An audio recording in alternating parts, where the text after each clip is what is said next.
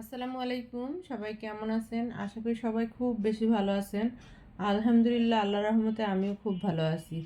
রমজান মাস আসলে খুব রহমত বরকতের মাস। আল্লাহ সুস্থ রাখছেন, এই কারণে খুবই খুশি আলহামদুলিল্লাহ যে একটা মাস যেন সুস্থভাবে রোজা করতে পারি। আজকে আমি কিছু ইফতারের আজকে আমি এখন একটু ইফতারের জন্য আয়োজন করতেছি। আমার ছোট মেয়েটা কিন্তু আমাকে খুবই হেল্প করে। ও কিন্তু রোজা আছে, তারপর ঘরের ভিতর শুয়ে বসে থাকবে না। এখন রান্নাঘরে এসে বলতেছে, আম্মু কী করা লাগবে দেও করে দেই। ও নিজে নিজে বোর্ড ধুচ্ছে, আমি একটু রান্না করতেছি। আর আজকে আমরা একটু নিচে দারোয়ান চাচাদেরকে ইফতারি দেব। একটা কথা বলি, আমরা কিন্তু থাকি একটা 10তলা বিল্ডিংয়ে।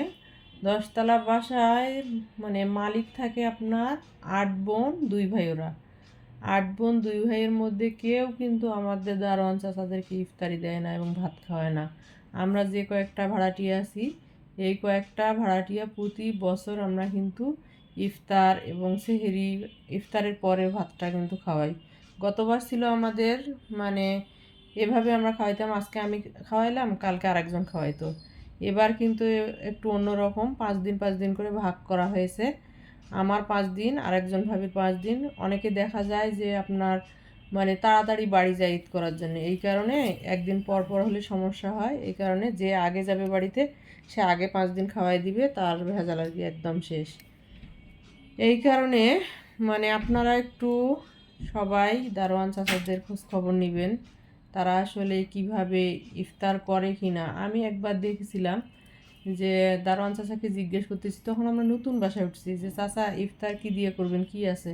তখন বলল যে মা একটু চিড়া আছে আর একটু পানি দিয়ে ইফতার করব।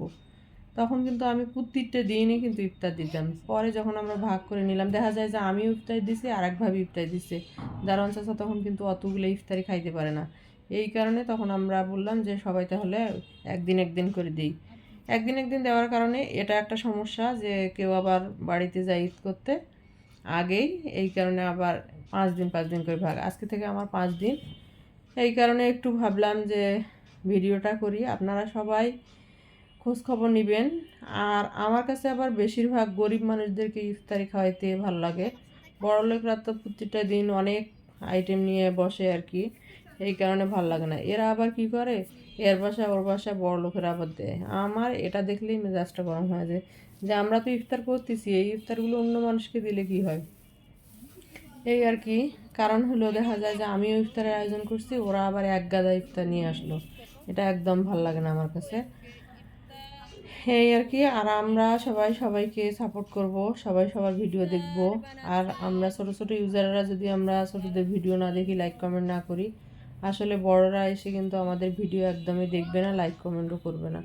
এই কারণে আমরা সবাই সবার পাশে থাকবো ইনশাল্লাহ। সবাই রমজান মাসে দান সৎকার করবেন, সারাদিন একটু কোরআন শরীফ পড়ার চেষ্টা করবেন। এই আর কি আজকের ভিডিওটা। এখন আমি ভাত সাজালাম, দিয়ে আসবে আমার মেয়েরা। আপনারা সবাই ভালো থাকবেন, সুস্থ থাকবেন এবং আপনাদের বাসার দারোয়ান চাচাদের খোঁজ খবর নেওয়ার চেষ্টা করবেন অবশ্যই।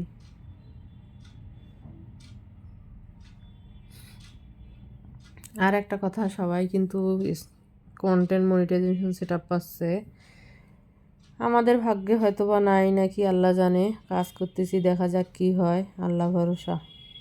আসসালামু আলাইকুম, আল্লাহ হাফেজ।